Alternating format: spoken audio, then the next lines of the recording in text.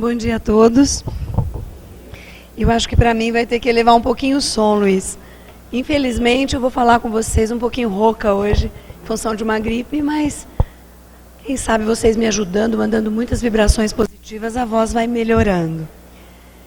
Bom, na verdade falar aqui é sempre tão gostoso, porque a gente fala melhor em casa, né?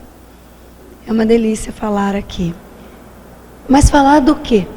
Estava comentando com a minha amiga Shirley que estava tão difícil estabelecer um tema e tentar rascunhar algumas coisas para poder elaborar uma palestra. A gente, quando faz palestras, eu pelo menos e alguns amigos soube que também fazemos um ciclo. A gente, em torno de 6 vezes, 7 vezes, repete essa palestra, porque a gente dá palestras fora, muitas vezes em cidades outras. E aí a gente completa um ciclo e logo a gente vai pensando num tema para abordagem para uma palestra posterior. E estava difícil essa semana. E na quinta-feira eu tive um intervalo antes da reunião mediúnica e passei em um local para tomar um lanche. E imediatamente veio, e os espíritos, eles mais ou menos mandam um recado dizendo: a hora que o trabalhador está pronto, o trabalho aparece. A gente vai conversar um pouquinho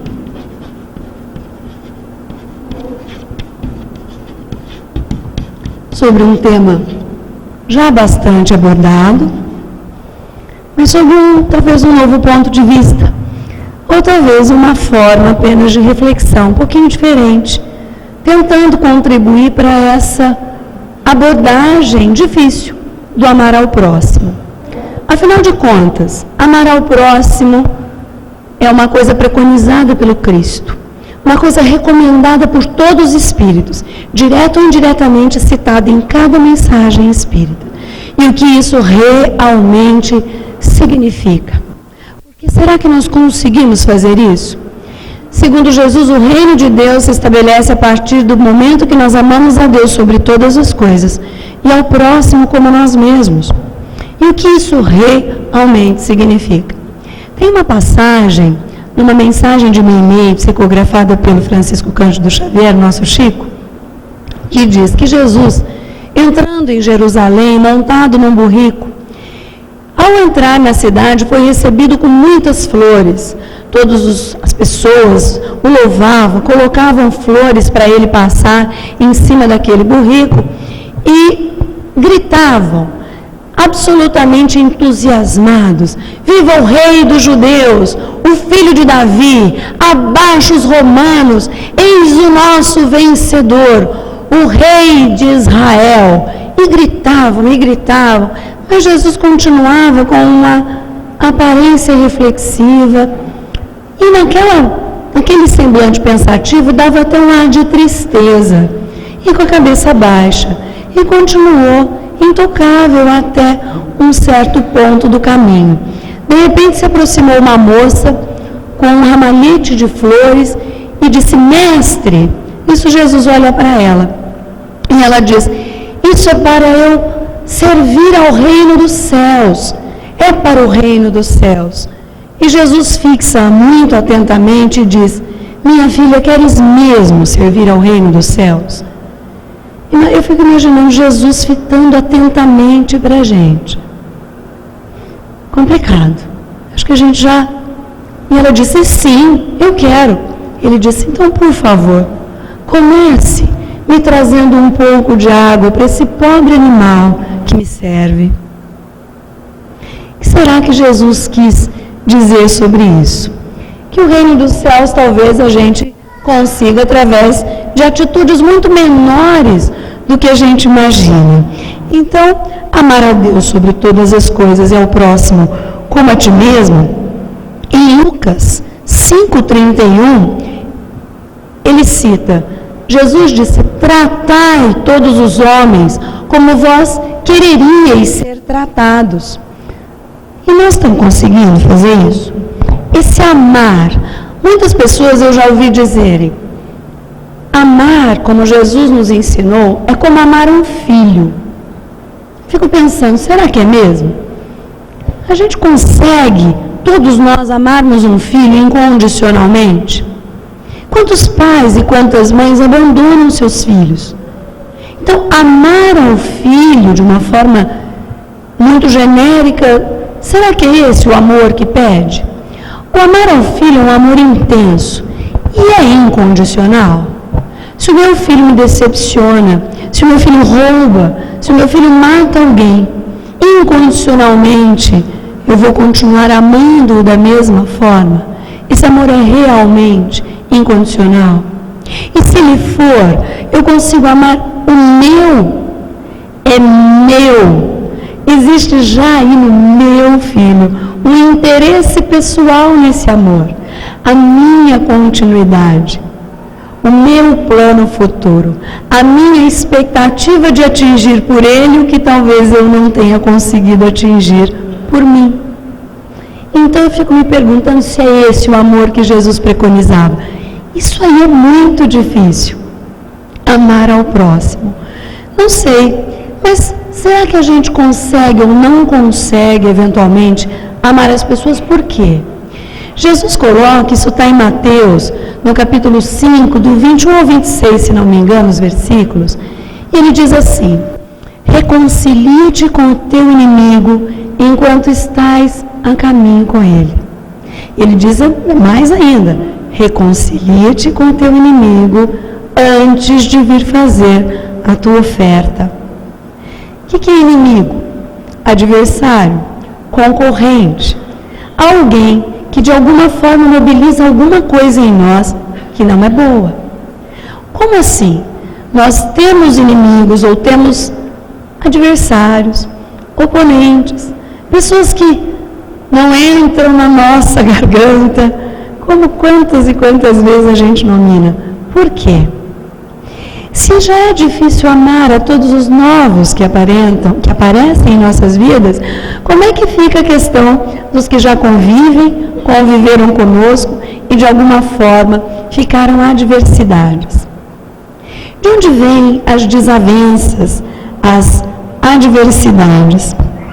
Será que a gente consegue, ainda me pergunto aqui no próprio texto, ficar sem novos adversários? Porque Jesus disse que era para eu me reconciliar com o que eu já tinha. E eu estou aqui nesta terra, reencarnando, fazendo de tudo para onde? Para adentrar o reino dos céus e não consigo. Aí a gente fica se perguntando, o que a gente faz para adentrar o reino dos céus? A gente vem no centro, a gente assiste palestra, a gente faz caridade, a gente cuida do nosso pai e da nossa mãe, a gente contribui com uma instituição, a gente dá uma contribuição para quem aparece pedindo na nossa porta. Tá bom, gente, também a gente não tem tempo. Diuturnamente a gente diz, eu não tenho tempo para isso agora. Eu vou me engajar num trabalho da casa espírita, mas estou tão sem tempo. E a gente esquece que a única bagagem que a gente vai levar daqui é aquela que eventualmente não tivemos tempo para arrumar, que é o despojamento dos nossos defeitos com a aquisição das nossas virtudes. E essa combinação do que ficou de defeitos com a aquisição de novas virtudes é o que a gente vai levar. Só. Nós não temos tempo porque corremos atrás, muitas e muitas vezes, de tudo aquilo que não vamos levar. Me ocorreu agora uma historinha que diz que não me lembro de que, não sei se Dalai Lama, de alguns desses mestres de outras doutrinas, mas de qualquer forma espíritos missionários, me ajudem a lembrar de quem é, mas que um repórter foi entrevistar e entrou numa casa humilde, e era um mestre muito famoso, e esse repórter, uma história verídica, esse repórter perguntou, mas deixa eu só perguntar uma coisinha para o senhor antes de começar a entrevista. Eu vi que o senhor é uma pessoa muito simples, mas o senhor tem toda uma fama, o senhor viaja o mundo, o senhor é uma pessoa tão querida, já escreveu livros, e o senhor mora de uma forma tão singela, o senhor não tem praticamente nem muitas trocas de roupas, sua casa é tão simples. Por que o senhor vive tão humildemente, que o senhor poderia ter uma condição mais confortável de vida? Aí diz que esse mestre perguntou para ele, mas por que você está só com essa mochilinha aí? você não é lá dos Estados Unidos? Ele disse, eu sou. E você está só com essa mochilinha? Ah, mas eu estou só de passagem. Ele disse, eu também. E aí, a gente fica se perguntando, por que a gente arruma desavença? A gente é doido para arrumar encrenca, é ou não é? Ou sou só eu? A gente é doido para arrumar uma encrenca. Ah, mas eu não estou num bom dia. E a gente ainda justifica. A gente se dá o direito de, por não estar num bom dia, arrumar desavenças. E ao invés de praticarmos o amor ao próximo, esse difícil de ser entendido, devagarinho, tentando, então, pelo menos por esse caminho da aquisição de virtudes, a gente vai fazendo o contrário. E é por isso, talvez, que a gente nasça e renasça tantas e tantas vezes. Porque a gente não consegue ainda, neste planeta, nessa fase de evolução de vida espiritual que nós estamos, fazermos isso. Mas vamos pensar, uma das nossas grandes dificuldades, eu vou usar esse termo, me desculpe, o famigerado perdão. Não é fácil falar perdão. Eu diria até para a Jana Andréia, que ontem ela me deu gostei de algumas ideias. É até um palavrão no sentido de ser tão difícil. Perdão. Só que perdão rima com compreensão, com compaixão.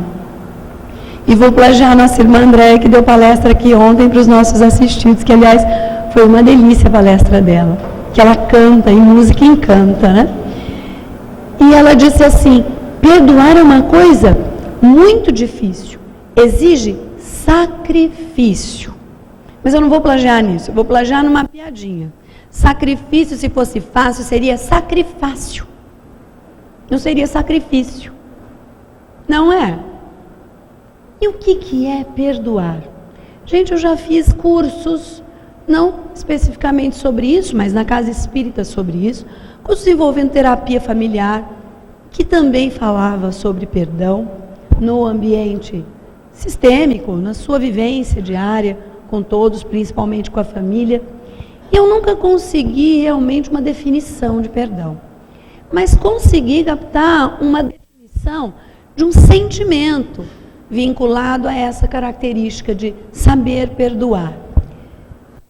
E eu ouvi assim, você sabe que perdoa, isso não é definição, portanto, de perdão, quando, ao relembrar o que aconteceu, o sentimento naquele momento não vem para você. Ou seja, você foi magoado por alguém, ficou profundamente entristecido.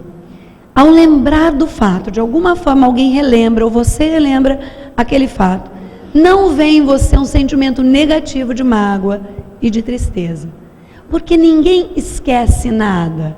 Nós não esquecemos as coisas. Ao contrário, fomos criados para lembrá-las. Porque nós precisamos aprender, e aprendizado é um constante. E a gente tem que lembrar. Se a gente esquece é porque decorou. Se a gente aprende, a gente nunca mais esquece. E a gente aprende com as experiências, e principalmente com as negativas. Então, quando a gente perdoa, a gente não tem que esquecer nada. Muito pelo contrário, temos que lembrar sim, mas lembrar de um outro jeito. Se a gente conseguir lembrar com um jeito de não evocar sentimentos negativos, a gente perdoou. E isso é um exercício. E tem coisas que muitas vezes a gente lembra, a gente não só fica com o sentimento do ponto de vista, vamos dizer assim, mental, mas a gente chega a ter taquicardia. Algumas experiências foram tão negativas que alteram, inclusive, o nosso corpo. Então, se perdoar é mais ou menos um condicional para nós amarmos o próximo, e é tão difícil, como que a gente deve fazer? Mas tem uma outra coisa que a gente tem que aprender a fazer para a gente conseguir amar o próximo, que o Evangelho fala muito bem no capítulo 10, que é da indulgência. O que é ser indulgente? Ser indulgente é não perceber, e se perceber, não comentar o lado negativo de ninguém. Fala a verdade, está cada dia mais difícil esse negócio, né? Olha que coisa difícil também. Ah, será que é tão difícil assim? Se a gente começar a fazer um treino, isso é que nem caridade, é que nem coçar, é só começar. É que nem comer, não tem aquele dito? Comer e coçar, só começar.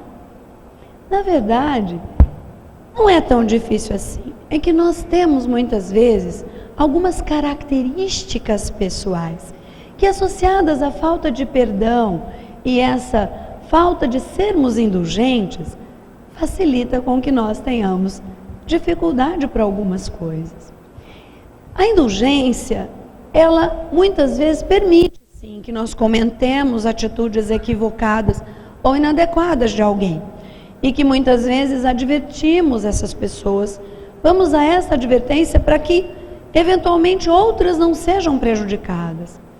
São Luís coloca isso muito bem no capítulo 10, e ele diz o seguinte: tudo que você vai fazer, tudo, o que conta do ponto de vista espiritual é a intenção.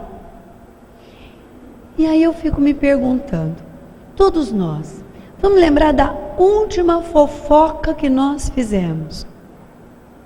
Porque quando a gente fala do outro que não está presente, nós estamos fazendo uma fofoca. No dito popular. Qual foi a intenção? A intenção foi boa? Foi para arrumar alguma coisa? Foi para alertar alguma coisa? Foi para seguir em frente? Ou foi pura e simplesmente para exortarmos situações particulares que, ao apontar o defeito do outro, eu acabo colocando-me em primeiro lugar? E aí vem algumas dificuldadezinhas nossas, características nossas, que muitas vezes nos impedem de amarmos os nossos próximos, mais ou menos próximos, como a doutrina nos ensina. Bom, todo mundo conhece aqui, já ouviu falar de um sujeito chamado egoísmo. Egoísmo. Egoísmo, tradução, meu. É meu. Não é seu. Não chega perto. Não compartilha. Não peça. É meu. A gente faz isso? O irmãozinho dele, como é que ele se chama mesmo? O orgulho. O orgulho. Eita, coisinha difícil, né? O orgulho. Orgulho, eu primeiro, eu segundo, eu terceiro, eu quarto, depois vem o resto, né? Tem uma historinha que também me ocorreu agora, que conta o seguinte, aliás veiculou há um tempo atrás na internet, talvez vocês conheçam. Um casal orava muito, eles queriam que os seus problemas, e eles estavam enfrentando uma problemática muito difícil, fossem resolvidos. E eles, oraram, e as coisas estavam ainda difíceis. Acho que o Papai do Céu não quer nos ajudar. Mas aconteceu um fato estranho na vida desse casal. Eles saíram numa noite para irem visitar uns amigos. E deixaram a casa fechada. Moravam numa localidade um pouquinho distante. E saíram. Quando voltaram, observaram a casa já de longe, era como se fosse uma chácara, a casa estava toda iluminada, muita luz, e estava havendo uma festa dentro da casa deles. Ué, o que está acontecendo? Nós deixamos a casa fechada, o que está acontecendo? Quando eles chegaram, observaram que havia muita gente dentro da casa. O pessoal estranho, será que nós estamos sonhando? Será que isso é um milagre? O que está acontecendo? E eles começaram a chamar uma pessoa, disseram assim: o que está acontecendo? Essa é a nossa casa. Nossa casa foi invadida, nós vamos chamar a polícia. O que é isso? Mas parece que ninguém está com medo de nada. Calma. Diz com calma. Quem é aquela pessoa dançando freneticamente? Absolutamente limpando tudo, catando os copos? O que é isso? Quem que é aquela pessoa? Toda bonita lá? Aquela ali é a preguiça. Como assim? A preguiça. É a dona preguiça. Não é possível. O apelido dela é preguiça, ela é agitada daquele jeito? É.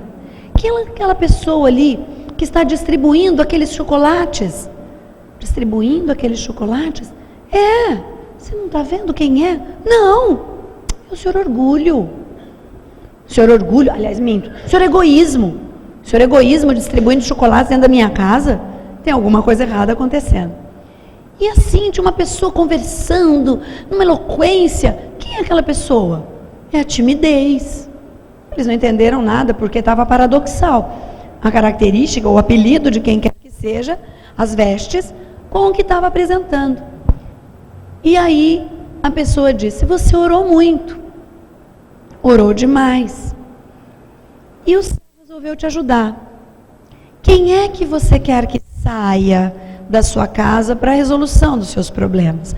Porque assim, pela história, vão nomeando a impaciência, um monte de outras características negativas. Mas o casal olhou e ao fundo viu uma criança, um loirinho, lindo, branquinho, alvo, e ele parecia um anjinho do jeito que os barrocos, né, os pintores barrocos desenhavam. Gordinho, todo fofo, inspirava uma ternura e olhava de ladinho, cativante aquela criança. E a mulher perguntou, mas quem é aquela criança? Aquela criança linda é o orgulho. O orgulho. Então vamos fazer o seguinte, vocês estão passando por uma problemática. Escolham aquele que vocês querem que saia, que esteja relacionado com o problema de vocês. A preguiça, o cansaço, a impaciência, a maledicência e assim for. Eu dou para vocês 5 minutos para escolher. E essa pessoa misteriosa se afastou. E o casal comentou, eu não estou entendendo nada, nem eu. Mas não parecem ser agressivos, são figuras estranhas, nós podemos estar no meio de um sonho e não sabemos. E pensaram. E aí o rapaz, ele realmente começou a reconhecer que ele estava muito desmotivado. E entendeu que a preguiça podia ter esse subterfúgio. Era uma preguiça mental que ele sentia. E ele decidiu por si, a preguiça. Eu acho que eu vou tirá-la. Porque o resto é tão difícil, a gente tem que ter um pouco de cada coisa. Mas preguiça a gente não pode ter para nada. E a mulher ficou pensando. Quando chegou aquela primeira pessoa que os orientava por perto e perguntou, e aí, quem que vai sair? O homem já estava inspirado para falar que era preguiça. A mulher disse, não se manifeste. E entraram na casa. Afinal de contas, quem vocês pedem para sair? Os outros todos se arrumaram na frente e o orgulho ficou lá no cantinho, lá no fundinho. E a mulher disse, o orgulho. Imediatamente aquela figura se avolumou, se tornou um homem enorme, que transpassava todas as paredes, muito bravo e pisando muito firme, quase em cima do casal, e ele sai. E para surpresa do casal, quando ele sai, todos os outros saíram atrás. Mas o que significa sermos orgulhosos? Ai, que difícil. Não levar desaforo para casa. O que é desaforo? Gandhi uma vez foi inquirido sobre o fato de perdão, que nós estávamos comentando. E perguntaram assim para ele, mas o senhor perdoa? Eu não perdoo. Não, meu filho, não perdoo. Mas por que, como que o senhor não perdoa uma alma tão nobre? Não perdoo porque eu não me sinto ofendido. Eu não tenho que desculpar, porque eu não me senti ofendido por ninguém. Porque para perdoar, passamos por alguns caminhos, que até eu coloquei aqui para a gente comentar. Mas antes eu gostaria de falar de uma última coisinha vinculada a essas características pessoais, do porquê arrumamos desavenças, que talvez valha a pena a gente discutir um pouquinho. Bom, tem uma sujeita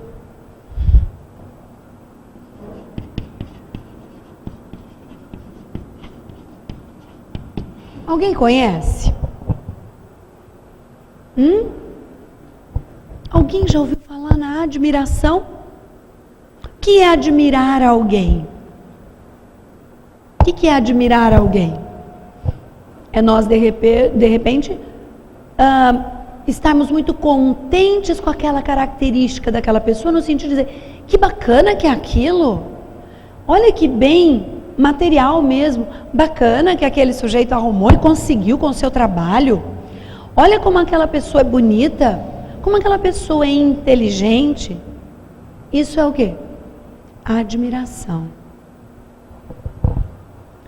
Se a gente não tomar cuidado, porque a gente somos espíritos em evolução, isso daqui, mania de geneticista é desenhar DNA, tá, gente? Vai minando para uma coisa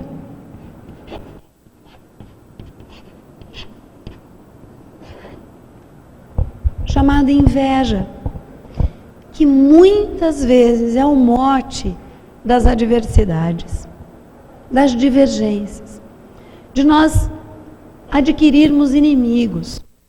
Algumas vezes, a gente está diante de algumas pessoas, não é sempre assim, porque existem exceções, óbvio, mas essas pessoas parecem que motivam na gente, ou mobilizam na gente sentimentos estranhos. Vocês já usaram, vocês mesmos, o termo, essa pessoa não, aliás, essa definição, essa pessoa não me entra? Sim ou não? Não sei, não consigo ficar perto de fulano. Essa pessoa não me entra. O que essa pessoa mobiliza em mim, que faz com que eu tenha essa reação tão negativa, de não me entrar, de não engolir? Eu sou médium. Eu sou médium, eu estou captando que tem ali uns espíritos antagônicos. Tá. É de outra vida. A gente sempre atribui para outra vida, né? Porque já foi, a gente não tem mais culpa, né? A gente mais ou menos que esquece. Vamos deixar ali no trash mental, vamos esconder um pouquinho, que a gente vai para frente mesmo. E aí, o que significa isso? Muitas vezes, por isso que eu estou dizendo que são exceções, porque às vezes realmente nós percebemos algum antagonismo vinculado a uma vibração não muito boa, que aquele irmãozinho está, infelizmente, naquele momento emitindo. Mas na maior parte das vezes, a gente não sente isso por quem não nos toca profundamente no famigerado do orgulho. Geralmente, a gente fica incomodado por alguém que de alguma forma nos, nem precisa escrever, ameaça. E aí entra uma característica pessoal que nós citamos, a questão do orgulho. Mas ameaça como? Algumas pessoas são capazes de motivar em nós sentimentos negativos o suficiente para que isso se traduza como raiva. E a raiva contida, ela vira um incômodo. E você está, na verdade, muitas vezes, com inveja. E isso é complicado. Porque isso faz você arrumar adversários. Que quem está com raiva não tem ação equilibrada. E na ação desequilibrada, nós ofendemos gratuitamente. Nós respondemos mal para alguém. Nós já falamos mal dessa pessoa sem às vezes ter tido a oportunidade de conversar uma ou duas vezes com ela para sentir pelo menos um pouquinho dela, para como ela é, sentirmos como ela é. Então, eu até coloquei aqui. Então, será que algumas personalidades despertam baixa autoestima, complexo de inferioridade? Coisas exatamente que a gente faz um antagonismo superficial para que não sejam percebidas e nós carregamos em nossas almas. E aí vem a história da reforma íntima. Reformar o quê? Eu sempre repito isso. Reformarmos o que em nós? Essas coisas servem para nós refletirmos e tentarmos identificar o que realmente precisa de reforma. Então, ao nos depararmos com essa situação de antagonismo, a gente tem que pensar. E tem que pensar no que nós estamos produzindo. Por exemplo, se a gente falar de autoestima, ou se a gente falar de empoderamento do sujeito, forma de se expressar, a gente está falando também de modelo. Quando nós criamos os nossos filhos, tratando-os como menores, como pessoas que merecem ser apenas repreendidas, e falamos muitas vezes de forma contundente, com a desculpa da roda vida que o mundo nos impõe, e não é o mundo, somos nós mesmos, Nós muitas vezes esquecemos de elogiar nossos filhos e ao contrário.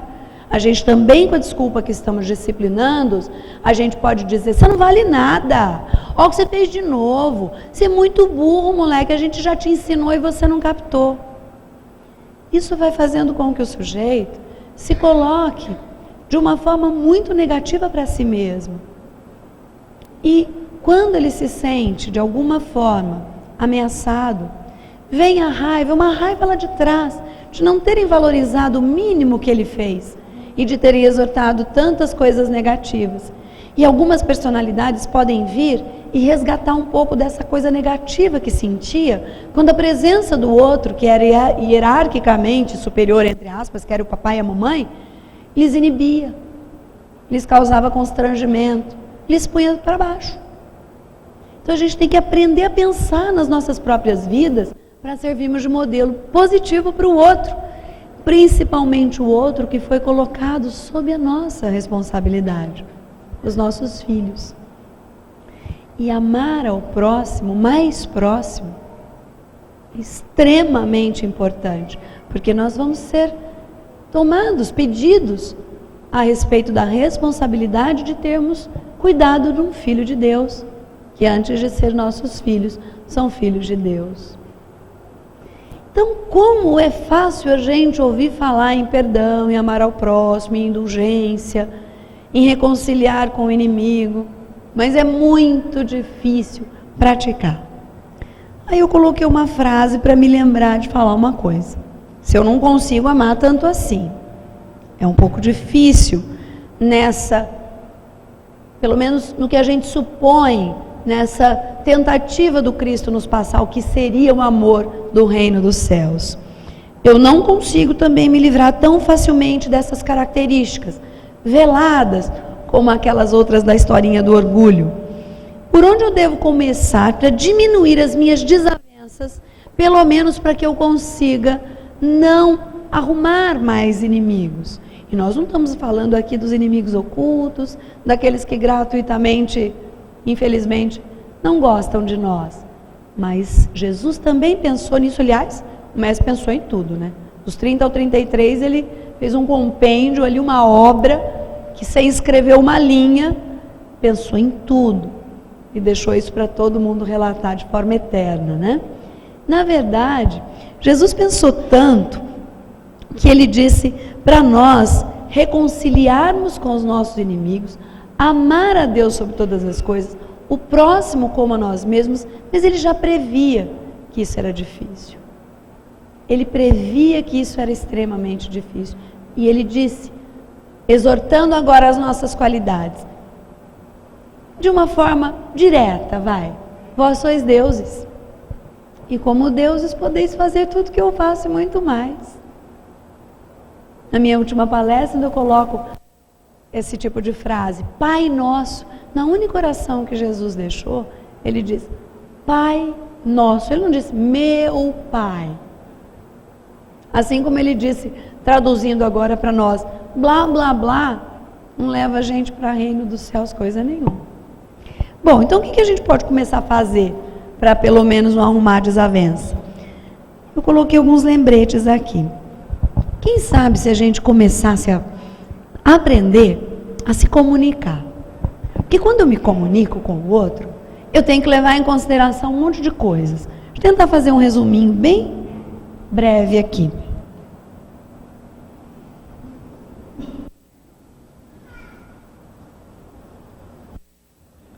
O processo de comunicação, eu tenho um emissor de uma mensagem. As coisas vêm na cabeça, que são as mensagens. Como eu disse para vocês, a gente fica pensando, o que eu vou falar no centro? O que vai vir na minha cabeça? Na minha cabeça. A cabeça pode ser minha. E a ideia? Na 354. Os espíritos podem influenciar nas nossas vidas?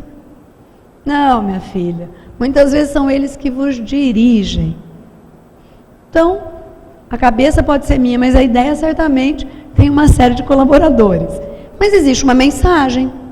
E assim com os nossos filhos, e assim no trabalho, e assim em tantos outros ambientes. Essa mensagem tem que ser passada para o receptor da mensagem, que é o outro. Só que nós estamos falando de um processo de comunicação. Essa é a definição basiquinha da comunicação, né? Então, é um processo de mão dupla. A mensagem tem que ir e ela tem que voltar. Só que a gente esquece que, por exemplo, se as mesmas palavras, as mesmas intuições que eu tenho, que tive, fossem dadas para qualquer um dos meus amigos, qualquer um dos meus irmãos, qualquer outra pessoa, certamente seria traduzida de uma forma diferente. Porque essa mensagem inspirada, ela tem o filtro do emissor. Características próprias da Agnes ou de qualquer outra pessoa que vão filtrar essa mensagem. Mas, ao emitir, eu não só entendi de um jeito meu, como eu também filtro para passar. Quando eu filtro para passar, eu estou impondo àquela mensagem já uma característica minha. Só que a pessoa que vai receber, eu tenho uma intenção, quando eu emito a mensagem, de que seja recebida daquela forma, daquele jeito. A gente quer que o indivíduo compreenda o que a gente está falando. Só que existe o filtro do receptor. E o filtro do receptor nós não controlamos. Bem, na verdade, não controlamos nenhum dos nossos, mas podemos, às vezes, conhecê-los um pouquinho. Eu filtro porque sou mais contundente, sou um pouco mais eloquaz, sou um pouco mais tímido, sou um pouco mais simples, um pouco mais rebuscado para falar, sou mais orgulhoso, sou menos paciente, mais paciente, filtro do meu jeito. Mas o filtro do receptor eu não conheço. E às vezes eu tenho até a pretensão de conhecer, mas não conheço. E aí, essa mensagem vai voltar para mim. E vai passar pelo meu filtro. Não tem garantia de que isso daqui venha do jeito que o receptor também gostaria de responder a mensagem. E aí, isso nos dá uma ideia de que aquilo que era uma chamada mensagem original pode ter tanto viés que vem para nós de uma forma diferente. E tudo isso aqui está se passando ainda num local, entre aspas, cheio de influências, que se chama contexto.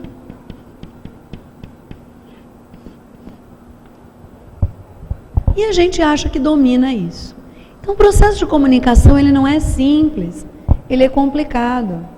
Então, imagine que uma pessoa vai vir aqui falar. Na verdade, eu não vou saber usar esse exemplo. Eu vim aqui falar de um determinado assunto, mas eu vou usar minha área, que é mais fácil. Se eu falar assim para vocês, olha,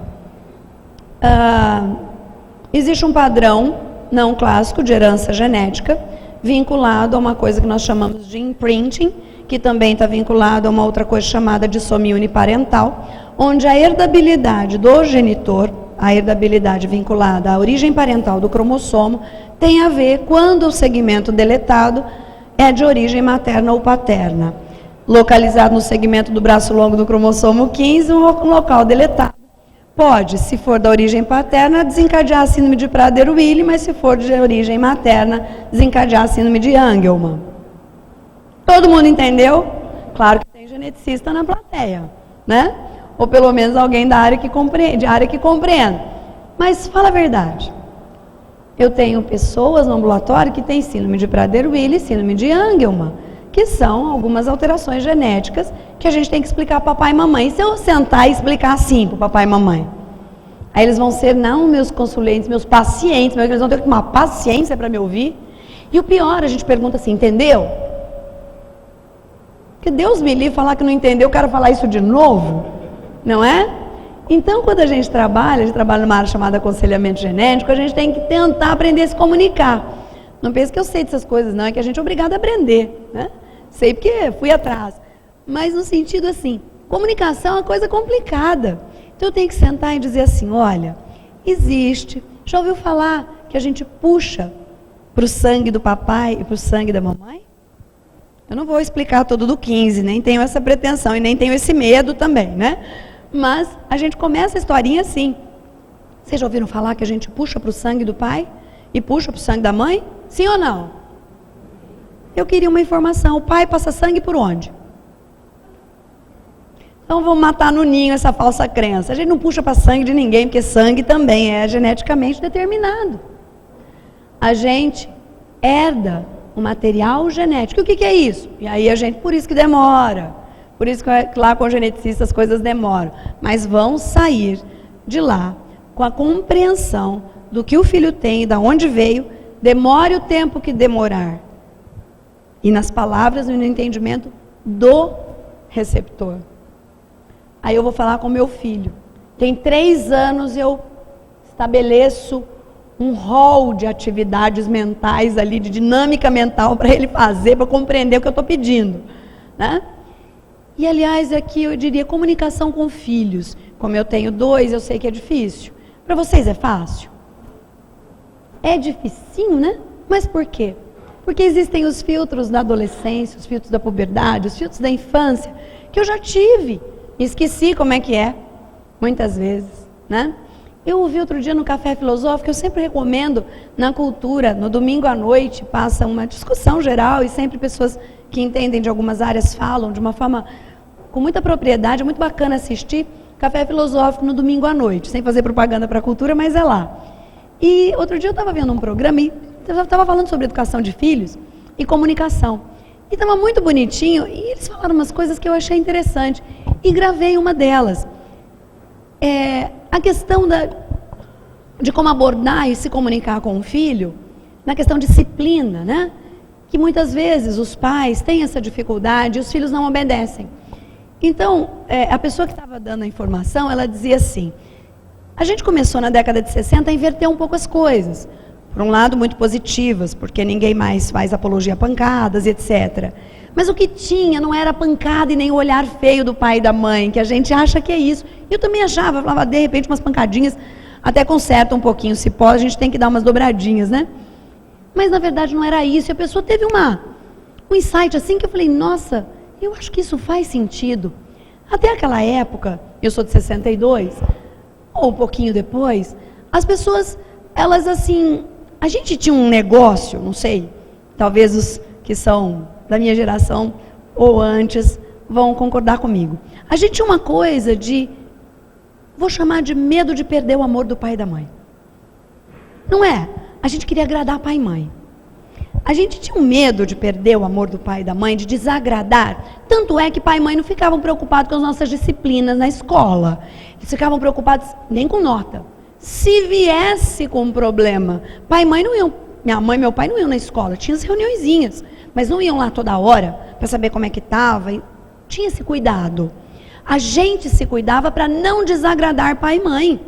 A gente sabia que tinha que cumprir, porque a gente tinha, entre aspas, como eles chamaram lá, eu vou traduzir assim também, um medo de perder o amor do papai e da mamãe. A gente fazia de tudo para ser admirado pelos pais. O que a gente faz hoje?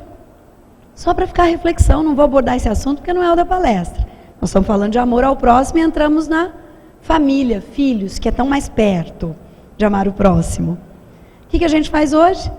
A gente é que tem medo de perder o amor do filho.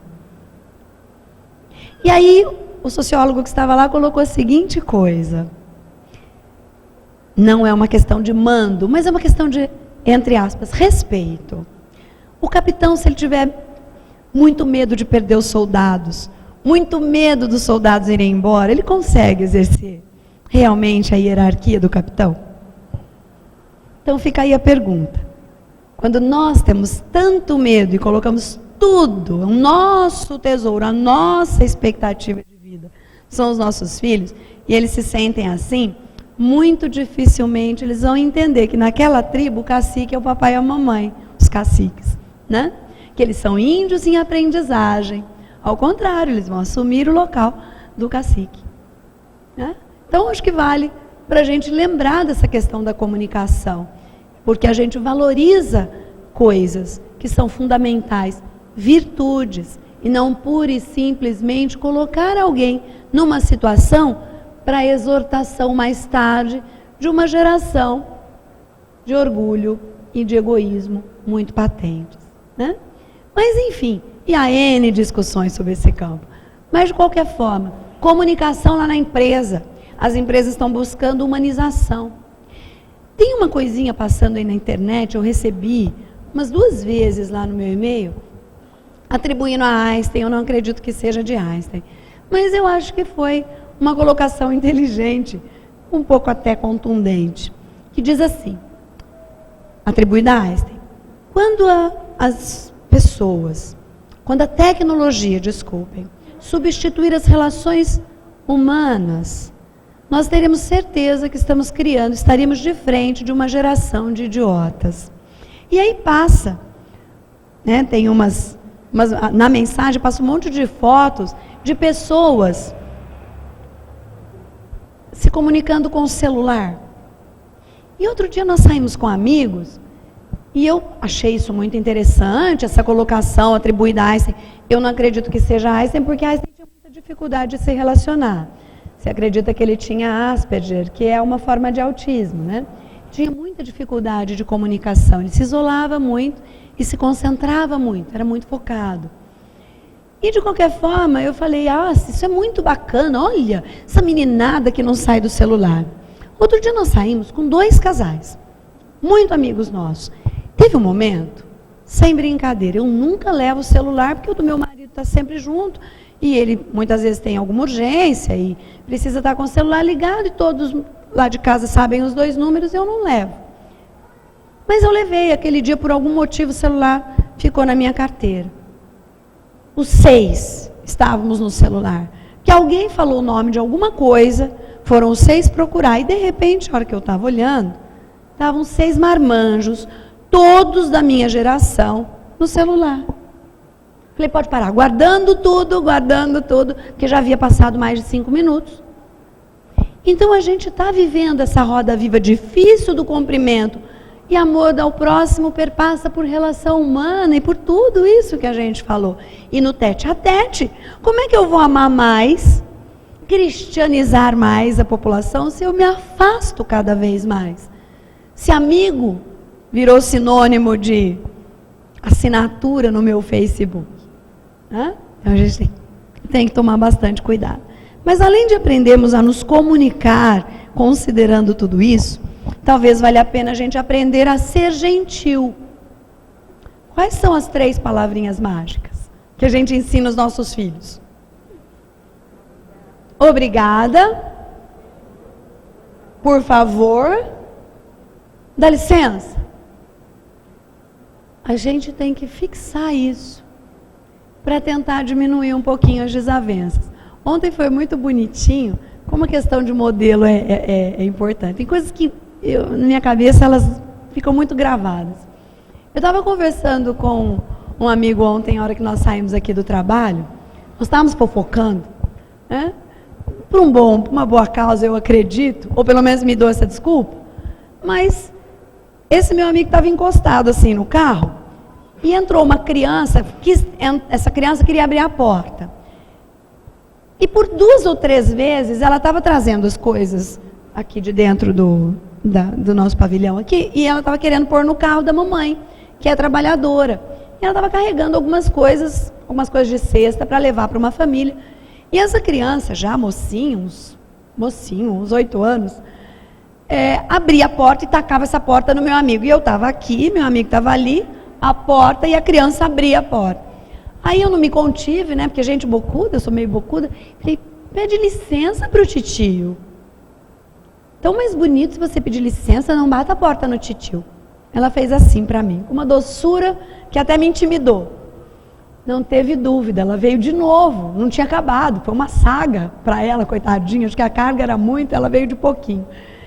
E daí a pouquinho, ela veio e ela esperou. E eu, como esse meu amigo estava de costas, eu observando. E ela esperou um pouquinho, olhou para mim, olhou para a cabecinha dele, viu que ele não ia sair mesmo. Dá licença. Foi uma coisa linda de se observar. E ela realmente entendeu. E aí abriu a porta e aí fez direitinho. E nós, na verdade, estávamos incomodando, porque já havia tantas tentativas foram feitas, até com muita educação da última vez. E ela tirou toda aquela má impressão, apenas usando de uma palavrinha um pouquinho mais gentil. Porque a gente pode inicialmente falar assim, mas que criança mal educada, né? Ó, sai daí, senão daqui a pouco ela vai bater a porta nas suas costas, né? E de repente ela me surpreendeu, já me surpreendeu com a doçura que recebeu a minha, entre aspas, bronca. Mas agora eu vou confessar uma coisa para vocês. É muito fácil, vim aqui falar disso tudo para quem? Quem é a primeira que escuta o ouvidinho mais perto desta boca? É o meu, infelizmente, eu tenho que vestir a carapuça. Vou contar uma história para vocês, não contem para ninguém, vai ficar só entre nós. Para vocês verem que realmente as coisas não são fáceis, né? Outro dia eu entrei numa loja. Vocês lembram? Sábado passado, deu um toró no período da tarde. Lembram disso? Eu tentando sair do carro com a minha sombrinha, consegui. Eu e minha filha, debaixo da sombrinha. Quando eu vou entrar numa loja, eu falei, vixe, filha, vai molhar o chão, alguém pode escorregar, estou preocupada. Ela falou, não mãe, vamos. Não, peraí, é sombrinha, por causa da sombrinha. E eu comecei a bater a sombrinha do lado de fora. E eu falei, não, pera um pouquinho. Cheguei numa pessoa da loja e disse assim, por gentileza, olha que coisa boa, né? Que moça educada. Por gentileza, você pode me dar um saquinho plástico para eu colocar a sombrinha? Eu estou preocupada, porque pode molhar o chão, alguém pode escorregar. A moça que estava um pouco virada para mim, virou para mim e disse assim, por acaso a senhora comprou na loja? Aí aquela candura do anjinho loiro que mora em mim disse assim, não amor, eu só estou querendo porque pode molhar o chão. Claro que o chão já estava molhado, né? Mas eu ia contribuir bastante porque a chuva era torrencial e a minha sombrinha estava muito molhada. E ela disse, aqui não é assim não, minha filha. Eu não dou saquinho para ninguém não, só se comprar na loja. Aí aquele anjinho loiro começou a fazer assim com a sombrinha. Tudo bem, meu bem, não tem importância não. Vambora, Amanda. De repente, eu chego na porta da loja e falei, vixe, Agnes Cristina Fete Conte, cadê os ensinamentos espíritas? O que a senhora acaba de fazer? Aí vem, né? Pá! Eu não sei, inspirada, mediúnica, coisa. Não. Selfie mesmo, que porcaria. Na hora de dar o testemunho, você vai lá e chacoalha sobre. Eu me senti tão mal daquela moça. Eu, afinal de contas, não tinha feito o meu papel. Só que Jesus colocou isso. Vai lá e se reconcilia. Mas se o inimigo ou o adversário não quiser, segue. Os cães ladram, mas a caravana passa. A gente esquece isso. Porque a gente foi, infelizmente, ensinado pela lei mosaica. Nos dias de hoje, não leva desaforo para casa. E não é por aí. Remorso jamais, arrependimento sempre. E eu disse para minha filha, mas ela já tinha sacado. Ela falou, que feio, hein, dona Agnes?